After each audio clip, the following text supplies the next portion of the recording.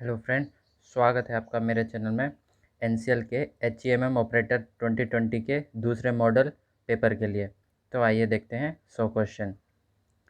तो कोविड-19 के रोकथाम के लिए इंडियन आर्मी ने कौन सा ऑपरेशन चलाया है? तो उसने ऑपरेशन नमस्ते चलाया है। अगला है 500 T20 मैच खेलने वाला पहला क्रिकेट प्लेयर है। तो सबसे पहला है किरोन पोलार्ड। अगला है हाल ही में कौन से दो केंद्र शासित प्रदेश को मिलाया गया है? तो दमन एवं दीव एवं नगर हवेली को मिला दिया गया है। आगे देखते हैं। पहला खेलो इंडिया विंटर गेम कहाँ आयोजित किया गया है? तो ये किया गया है जम्मू एंड कश्मीर में। 27 नवंबर 2019 को इसरो ने किस निगरानी उपग्रह का प्रक्षेपण किया? तो उसने कार्टोसैट 3 का किया है। गुलाबी गेंद से 5 विकेट लेने वाला पहला भारतीय कौन है? तो वो है ईशांत शर्मा। अगला है भारत में सर्वोच्च न्यायालय के मुख्य न्यायाधीश हैं। जो वर्तमान में सर्वोच्च न्यायालय के मुख्य न्यायाधीश है वो है शरद अरविंद बोबड़े। अगला है बीसीसीआई के अध्यक्ष है। तो बीसीसीआई के अध्यक्ष कौन है? सौरभ गांगुली हैं। अगला है किस सुरंग का नाम श्यामा प्रसाद मुखर्जी सुरंग रखा गया है? तो चेनानी नासरी सुरंग का नाम डॉक्टर श्यामा प्रसाद मुखर्जी रखा गया है। आगे देखते हैं। 13वां दक्षिण एशियाई खेल किस देश में आयोजित किया गया था? तो ये आयोजित किया गया था नेपाल में। अगला देखते हैं। हिंदी भाषा में कितने स्वर होते हैं? तो 11 होते हैं। गोदान किसकी कृति है? गोदान प्रेमचंद की कृति है। आगे देखते हैं। गीतांजलि काव्य की रचना किसने की थी? तो गीतांजलि काव्य की रचना रविन्द्रनाथ टैगोर ने की थी। अगला है पुरस्कार का विलोम शब्द है। तो पुरस्कार का विलोम शब्द है तिरस्कार। अगला है अहंकार का पर्यायवाची शब्द है तो अभिमान। अगला देखते हैं। कौन सा शब्द सही लिखा हुआ है? तो इसमें सही लिखा हुआ है मानवीकरण, पहला सही होगा। आगे देखते हैं। रात का पर्यायवाची शब्द नहीं है तो तिमिर नहीं है। कौन सी लिपि देवनागरी नहीं है? तो पंजाबी देवनागरी नहीं है, यह है गुरुमुखी है। अगला है रविन्द्रनाथ टैगोर ने भारत के अलावा और किस देश का राष्ट्रगान लिखा है? तो बांग्लादेश का लिखा है। राष्ट्रगान की अवधि कितनी है? तो वो है 52 सेकेंड। आगे देखते हैं। मिस्टेक का अर्थ क्या होता है? तो मिस्टेक का अर्थ होता है गलती। एबव का अर्थ क्या होता है? तो एबव का अर्थ होता है ऊपर। अगला है एडमिशन का अर्थ क्या होता है? तो एडमिशन का अर्थ होता है दाखिला, दाखिला होता है। अगला देखते हैं। रमेश 8 वर्ष का है और अपने भाई से आधे उम्र का है, तो 20 वर्ष बाद उसके भाई की उम्र क्या होगा? तो रमेश का उम्र है 8 वर्ष, तो उसका और अपने भाई से आधा है तो उसके भाई की उम्र हो जाएगी कितनी? अभी 16 वर्ष हो जाएगी। और बोला है 20 वर्ष बाद उसके भाई की उम्र कितनी हो जाएगी? तो 20 जोड़ देंगे तो यहाँ पर 36 हो जाएगा। तो आंसर हो जाएगा 36। ए बी से 10 साल बड़ा है और सी बी से 7 साल बड़ा है, तो ए सी से कितना बड़ा है? मान लीजिए बी की उम्र 10 वर्ष है, तो ए 10 साल बड़ा है तो ए की उम्र कितनी हो जाएगी? 20 हो जाएगी। और सी बी से 7 साल बड़ा है तो सी की उम्र कितनी हो जाएगी? 17 साल हो जाएगी। तो ए सी से कितना बड़ा है? तो 3 साल ही तो बड़ा है, तो आंसर हो जाएगी इसके 3 साल।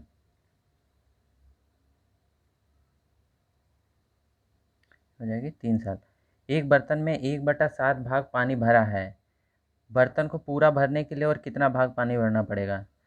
तो इसमें 1 से माइनस कर देंगे 1/7, तो कितना आ जाएगा? 1 - 1/7, तो 6/7 भाग पानी और भरना पड़ेगा, तो 6/7। एक ट्रेन 36 किलोमीटर प्रति घंटे से एक पोल को 10 सेकंड में पार कर देती है, तो उसकी लंबाई होगी। तो यहाँ पर सेकंड में दिया हुआ है टाइम और लंबाई मीटर में पूछा है, तो किलोमीटर प्रति घंटे को मीटर प्रति सेकंड में कन्वर्ट करना पड़ेगा। तो 36 तो 1 किलोमीटर में 1000 मीटर होते हैं, और 1 घंटे में 60 मिनट होते हैं, और इंटू कर देंगे तो ये पूरे सेकंड आ जाएंगे। और जैसे ये हो गया, चाल हो गया, दूरी x मान लेते हैं, और समय है कितना है 10, तो 10 से इधर इंटू कर देंगे, इंटू 10, तो ये कट जाएगा, ये भी कट जाएगा, 6 कट जाएगा ये, तो बचा 100, तो 100 मीटर हो जाएगा ट्रेन की लंबाई। आगे देखते हैं। एक मकान शीर्ष आधार से 30 मीटर दूर बिंदु से 45 डिग्री का कोण बनाता है, तो मकान की ऊंचाई क्या होगी। मान लीजिए मकान है, इसका शीर्ष ये है, शीर्ष, और ये आधार है, आधार से 30 मीटर दूरी पर 45 डिग्री का कोण बनाता है। तो मान लेते हैं इसकी ऊंचाई h है, तो 10 का फॉर्मूला लगा देंगे, 10 30 h बटे 30 हो जाएगा, सॉरी 1045 डिग्री होगा, तो 1045 1 होता है, यानी कि h की वैल्यू आ जाएगी 30 मीटर, तो यहाँ पर 30 आंसर हो जाएगा। आगे देखते हैं।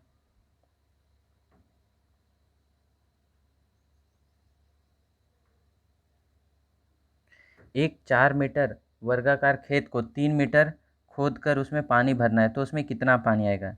मान लीजिए 4 मीटर का खेत है, इसे 3 मीटर खोदेंगे, यानी कि ऐसे ऐसे, तो यह एक घनाभ बन गया। घनाभ का आयतन निकालना है, तो ये 4, ये भी 4, और ये 3 है, तो इस तीनों को मल्टीप्लाई कर देंगे, तो 4 × 4 × 3, तो इसका आयतन आ जाएगा 4 चौको 16, 16 तिया 48, तो 48 मीटर क्यूब हो जाएगा आंसर। आगे देखते हैं। एक गाय एक पोल से 7 मीटर रस्सी से बंधी है, तो वह कितना मीटर स्क्वायर घास चर सकती है। मान लीजिए एक पोल है और एक 7 मीटर रस्सी से बंधी हुई है, 7 मीटर, तो यह सिर्फ इसके चारों ओर ही कर पाएगी, तो एक सर्कल बन गया, तो इसी का एरिया निकालना है जिसकी त्रिज्या 7 है, तो पाई r² n/7 × 7। अब पाई को हम लिख सकते हैं 22/7, तो 7 7 कैंसिल हो गया, 7 7 × 2 2, 7 दूनी 14, 7 दूनी 14 1 15, 154, तो 154 आंसर हो जाएगा। आगे देखते हैं। ABC के पास 5:12:13 के अनुपात में रुपए हैं। अगर C के पास 130 रुपये, तो A के पास कितना रुपये होगा। तो A/5 और C के पास है 130, और उसका अनुपात कितना है 13, तो इसको काट देंगे तो यहाँ हो जाएगा 10, तो A के पास कितना हो जाएगा 50 रुपये। अगर आप शीशे के सामने 10 किलोमीटर प्रति घंटे की गति से दौड़ेंगे, तो आपका प्रतिबिंब कितना गति से दौड़ेगा। तो आपका प्रतिबिंब होगा वो 20 किलोमीटर प्रति गति से दौड़ेगा। जैसे कि आप मान लीजिए शीशा है और आप इधर दौड़ रहे हैं, तो आपका प्रतिबिंब अगर यहाँ से देखेंगे तो ये भी 10 किलोमीटर प्रति घंटे से ही आएगा, लेकिन आप भी 10 किलोमीटर प्रति घंटे से दौड़ के देख रहे हैं, तो आपको ये 20 किलोमीटर प्रति घंटे की रफ्तार से प्रतीत होगा। आगे देखते हैं। अगर 10 पेंसिल की कीमत 45 रुपये है, तो 15 पेंसिल की कीमत क्या होगी। तो 10 पेंसिल की कीमत कितना है 45 रुपये, तो एक पेंसिल की कीमत कितना हो जाएगी 45/10, तो 15 पेंसिल की कीमत कितना हो जाएगी, इसमें 15 इंटू कर देंगे, तो 15 2 3, तो 45 तिया ये कट जाएगा कितना में 22.5, इसको मल्टीप्लाई कर देंगे 5 6 7 6, तो 67.5 रुपीज़ हो जाएगा आंसर। आगे देखते हैं। अगर बलवंत की ऊंचाई 5 फुट 8 इंच है, तो उसकी ऊंचाई सेंटीमीटर में होगी। तो इसको सेंटीमीटर, 1 इंच होता है, 1 इंच इक्वल टू होता है 2.56 सेंटीमीटर होता है। तो इसमें टोटल इंच कितने होंगे, तो 5 फुट में होता है 12 इंच, 5 फुट नहीं, 1 फुट में होता है 12 इंच, तो 5 फुट में हो गया 60, और 8 इंच और है +6, यानी कि 68 × 6 से मल्टीप्लाई कर देंगे तो ये सेंटीमीटर में आ जाएगा और इसका आंसर आएगा 174.08 सेंटीमीटर। आगे देखते हैं। एक बगीचे में फूल उसके पहले दिन की दोगुनी हो जाती है।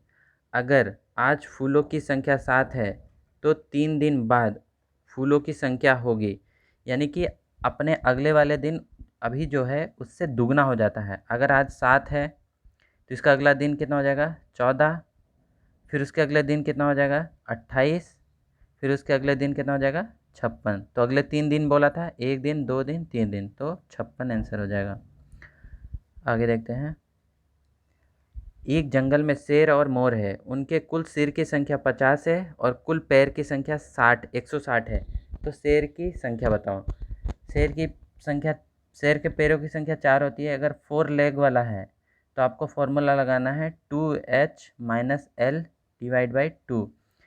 अगर 2 लेग का निकालना है तो इस 4 को जगह 2 लिखना है और इस 2 की जगह 4 लिखना है। तो यहाँ शेर की संख्या पूछा है तो 4 लेग वाले क्या 2h, 2 इंटू टोटल एच कितने हैं तो 50 माइनस 160 डिवाइड बाई 2, तो कितना हो जाएगा 100 माइनस 160 डिवाइड बाई 2। तो 60 डिवाइड बाई 2 तो यहाँ 30 आ जाएगा, माइनस में आएगा 30। तो आपको माइनस को ध्यान में नहीं रखना है, बस इस संख्या को ध्यान में रखना है। तो 30 आंसर हो जाएगा। आगे देखते हैं। एक कुएं में 40 मछली है और 15 मर गई तो कुएं में कितने मछली बची? तो कुएं में 40 ही मछली बची, क्योंकि 15 मछली मरने के बाद भी कुएं में ही थी। एक रस्सी को 10 बार काटा गया, जितने भी टुकड़े बने उसे बीच से काटा गया, तो बताओ कितने टुकड़े हैं। देखिए जैसे ये एक है रस्सी, अगर आप इसको एक बार काटेंगे तो इसके 2 टुकड़े बनेंगे। अगर इसको 2 बार काटेंगे तो इसको 3 टुकड़े बनेंगे। उसी तरह से आप अगर 10 बार काटेंगे तो इसके 11 टुकड़े बनेंगे। 11 टुकड़ा बनने के बाद बोल रहा उसे सारे रस्सी को फिर से बीच से काटा गया, तो यानी कि 11 टुकड़ा ऐसे है, उसको आप बीच से काट देंगे तो एक टुकड़े से 2 बन रहा है तो 11 से बनेगा 22। तो इसका आंसर हो जाएगा 22। आगे देखते हैं। 4 7 11 16 22, अगला संख्या बताओ। देखिए 4 में अगर हम 3 जोड़ देंगे तो आएगा 7, फिर 7 में 4 जोड़ देंगे तो आ जाएगा 11, फिर 11 में 5 जोड़ देंगे तो आ जाएगा 16। यानी कि जो भी संख्या प्राप्त हो रही है और उससे एक अधिक जोड़ते जाएंगे, जैसे 3 4 फिर 5, अब इसमें 6 जोड़ देंगे तो आ जाएगा 22। अब इसमें कितना जोड़ेंगे 7, 7 जोड़ेंगे तो आ जाएगा 29। तो इसका आंसर हो जाएगा 29। अगला देखते हैं। ADIP। तो अगर आपको हमेशा ये याद रखना है कि A 1 होता है, B 2 C ऐसे ऐसे, तो A के लिए 1 हो जाएगा और D के लिए कितना हो जाएगा 4 हो जाएगा, I के लिए हो जाएगा 9 और P के लिए हो जाएगा 16। देखिए ये 1 का स्क्वायर है, ये 2 का स्क्वायर है, ये 3 का स्क्वायर है, ये 4 का स्क्वायर है, तो अगला 5 का स्क्वायर होगा यानी कि 25। तो 25 के लिए हम क्या यूज करते हैं Y। आगे देखते हैं। आगे है 41वां क्वेश्चन है 80 63 48 35। देखिए यहाँ पास है 9 का स्क्वायर माइनस 1, 9 का स्क्वायर 81 माइनस 1 तो कितना हो जाएगा 80। अभी हो जाएगा 8 का स्क्वायर माइनस 1, अगला है 7 का स्क्वायर माइनस 1 और फिर उसके बाद है 35 क्या हो जाएगा 6 का स्क्वायर माइनस 1, यानी कि 36 माइनस 1 तो यहाँ 35 हो जाएगा। 49 माइनस 1 48, 64 माइनस 1 63, तो अगला क्या होगा 5 का स्क्वायर, 5 का स्क्वायर माइनस 1 तो कितना हो जाएगा 25 माइनस 1 तो हो जाएगा 24 आंसर। तो यहाँ हो जाएगा 24। आगे देखते हैं। यह चिन्ह क्या इंगित करता है? यह चिन्ह इंगित करता है जाना निषेध है, नो एंट्री। अगला है यह चिन्ह क्या इंगित करता है? तो नो स्टॉप नो स्टैंडिंग, आप यहाँ खड़े नहीं हो सकते। अगले देखते हैं।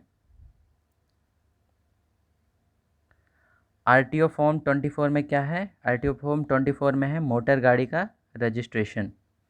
जब ड्राइवर अपना हाथ, दायां हाथ हथेली नीचे की ओर हो, कई बार ऊपर नीचे करता है तो इसका क्या मतलब होता है? इसका मतलब होता है वह गाड़ी धीरे कर रहा है। आगे है नए कार के लिए एक बार का टैक्स कितने समय तक के लिए मान्य होता है? तो तो यह 15 वर्ष तक के लिए मान्य होता है। आगे देखते हैं। अगर मोटर व्हीकल दुर्घटना में शामिल हो तो हमें 24 घंटे के अंदर नियरेस्ट पुलिस स्टेशन में रिपोर्ट करना पड़ता है। सड़क परिवहन अधिनियम कब लागू हुआ था? तो यह 1950 को लागू हुआ था। ई कार्ट और ई रिक्शा में बैटरी की पावर अधिकतम कितनी होनी चाहिए? तो ये अधिकतम होनी चाहिए 4000 वाट। 4000 वाट हो जाएगा। नेशनल ऑटो फ्यूल पॉलिसी कब लागू हुआ था? तो यह 2003 में लागू हुआ था। भारत का खुद का एमिशन रेगुलेशन किस पर लागू होता है? ये 3 और 4 पे होता है। और जो भी 4 व्हीकल से जो भी बड़े होते हैं उसमें यूरो का लागू होता है। आगे देखते हैं। BS6 में BS4 से फ्यूल में सल्फर की कितनी मात्रा कम होगी? तो यह 5 गुना कम होगी। गाड़ी चलाते समय आगे वाली गाड़ी से न्यूनतम दूरी कितनी रखनी चाहिए? तो गति के अनुसार सुरक्षित दूरी रखनी चाहिए। 5 से 12 साल के कितने बच्चों को रिक्शे में ले जा सकते हैं? तो 6 बच्चों को मैक्सिमम ले जा सकते हैं। सड़कों का सर्वाधिक घनत्व है, तो सड़कों का सर्वाधिक घनत्व किसमें है? केरल में है।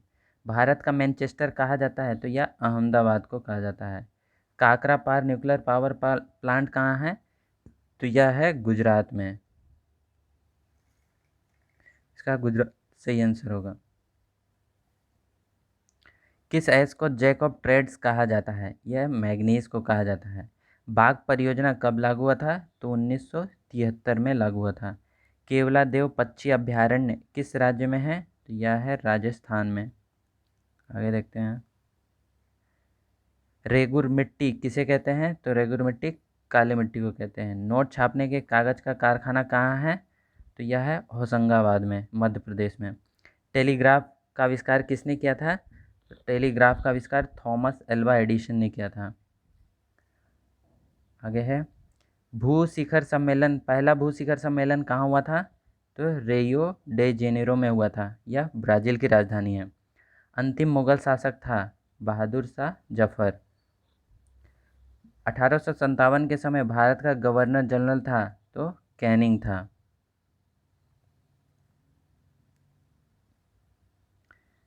सही आंसर होगा इसका कैनिंग। भारतीय राष्ट्रीय कांग्रेस के संस्थापक है A.O. ह्यूम। हीरे का उत्पादन सबसे अधिक किस राज्य में होता है? तो यह होता है मध्य प्रदेश के पन्ना में। आगे देखते हैं। लुम्बिनी किस व्यक्ति से संबंधित है? तो यह है गौतम बुद्ध से संबंधित है। यहाँ इसका जन्म हुआ था। भारत का नेपोलियन किसे कहा जाता है? तो समुद्रगुप्त को कहा जाता है। देखिए, नेपोलियन ने अपने साम्राज्य का बहुत ज़्यादा विस्तार कर रखा था, तो आप इसको ऐसे याद रखते हैं समुद्र सबसे ज़्यादा बड़ा था, तो ये थोड़ा रिलेट करता है कि इसका विस्तार बहुत ज़्यादा है, तो आप इसको याद रखते हैं समुद्रगुप्त ने किया था। स्वर्ण मंदिर का निर्माण किसने करवाया था? तो गुरु अर्जुन देव ने करवाया था, जो 5वें सिख गुरु थे। आगे देखते हैं। 2023 क्रिकेट विश्व कप कौन सा देश मेजबानी करेगा? तो यह अपना देश इंडिया ही करेगा। किस खिलाड़ी का उपनाम टर्मिनेटर है? तो यह हरभजन सिंह का उपनाम है। कबड्डी के एक पक्ष में कितने खिलाड़ी होते हैं? तो 7 होते हैं। अगर आपको खेल में कितने खिलाड़ी होते हैं उसको याद रखना है ट्रिक से, तो आप मेरे डिस्क्रिप्शन में चेक कर सकते हैं। आगे है। WW का फुल फॉर्म क्या है? तो इसका फुल होता है वर्ल्ड वाइड वेब।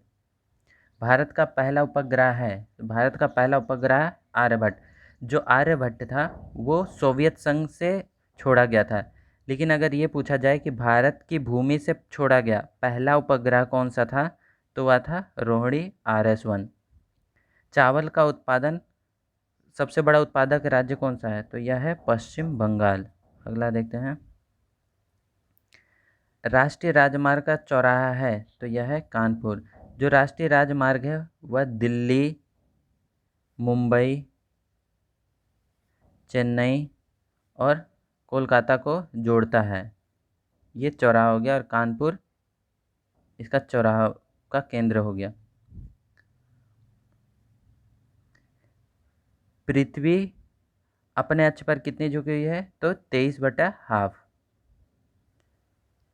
कौन सा राज्य नेपाल सीमा से नहीं लगता है? तो असम नेपाल सीमा से नहीं लगता है। देखिए ऐसे नेपाल की बॉर्डर पड़ती है, यहाँ पास बिहार है, यहाँ उत्तर प्रदेश है, और जो बंगाल है वो कुछ ऐसे लगता है, और ये सिक्किम है, और असम यहाँ पड़ता है।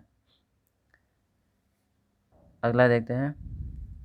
लोहे में को जंग लगने से बचाने के लिए किस धातु की परत चढ़ाई जाती है? तो जस्ते की चढ़ाई जाती है, जिसे गैल्वेनाइजेशन कहते हैं। आगे देखते हैं। हमारे आकाश गंगा की आकृति कैसी है? तो सर्पिलाकार है। सर्पिलाकार कुछ ऐसा होता है, ऐसे हमारी आकाश गंगा। किसका अपवर्तनांक अधिक होता है? तो हीरे का अपवर्तनांक अधिक होता है। CIL मतलब कोल इंडिया लिमिटेड एक कंपनी है, तो यह एक महारत्न कंपनी है। किस मंडल में वायुयान उड़ते हैं? तो समताप मंडल में वायुयान उड़ते हैं। देखिए ये क्षोभ मंडल हो गया, ये समताप मंडल हो गया। तो यहाँ क्षोभ मंडल में आपके तापमान बढ़ते हैं, लेकिन यहाँ पास आंधी तूफान भी आते हैं, और समताप मंडल में ताप समान रहता है। ताप समान रहता है, इसके लिए ज़रूरी है कि वायुयान इसी में उड़े और इधर कोई तूफान उफान नहीं आते हैं। आगे है। संवहन मंडल को और किस नाम से जाना जाता है? तो संवहन मंडल को क्षोभ मंडल के नाम से जाना जाता है। ज्वालामुखी के अंदर पिघले पदार्थ को क्या कहते हैं? तो इसे मैग्मा कहते हैं। जैसे कि ये ज्वालामुखी है, तो इधर जो भी पिघला पदार्थ रहता है उसे मैग्मा कहते हैं। अब जैसे जब यहाँ से निकलता है तो उसे लावा कहते हैं। जब ये लावा जाके यहाँ पास जमा हो जाता है और कठोर हो जाता है, तब इसे सिंडर कहते हैं। सुनामी शब्द है, तो सुनामी शब्द एक जापानी शब्द है। ध्वनि की चाल अधिकतम होती है, तो ठोस में अधिकतम होती है। विद्युत बल्ब में कौन सी गैस भरी होती है? तो आर्गन गैस भरी होती है। देखिए जैसे कि मान लीजिए ये विद्युत बल्ब है, तो ये थोड़ा थोड़ा ओ जैसा साउंड कर रहा है, ओ जैसा दिख रहा है। जैसे कि ये बल्ब है, देखिए ओ जैसा साउंड कर रहा है, विद्युत बल्ब है, तो ऑर्गन ऑर्गन करके साउंड कर रहा है, तो आप ऐसे याद रख सकते हैं कि ऑर्गन था। अगला देखते हैं। कारगिल युद्ध कब हुआ था? तो कारगिल युद्ध हुआ था 1999 में। कंप्यूटर में स्थायी मेमोरी है। कंप्यूटर में स्थायी मेमोरी का मतलब है कि उसे हम हटा नहीं सकते हैं। तो रैम को हटा सकते हैं, CD रोम को भी हटा सकते हैं, हार्ड डिस्क को भी हटा सकते हैं, लेकिन रोम को नहीं हटा सकते। कबड्डी किस देश का राष्ट्रीय खेल है? तो यह बांग्लादेश का राष्ट्रीय खेल है। IPL क्रिकेट लीग का फुल फॉर्म क्या है? तो IPL क्रिकेट लीग का फुल फॉर्म होता है इंडियन प्रीमियर लीग। फर्स्ट हो जाएगा। आगे देखते हैं। भारत का पहला प्राइवेट ट्रेन है? तो तेजस है। पहला प्राइवेट ट्रेन है तेजस। अगला देखते हैं। खेल के क्षेत्र में दिया जाने वाला सबसे बड़ा पुरस्कार है? तो राजीव गांधी खेल रत्न पुरस्कार है। गोलकुंडा का किला कहाँ है? तो यह है हैदराबाद में।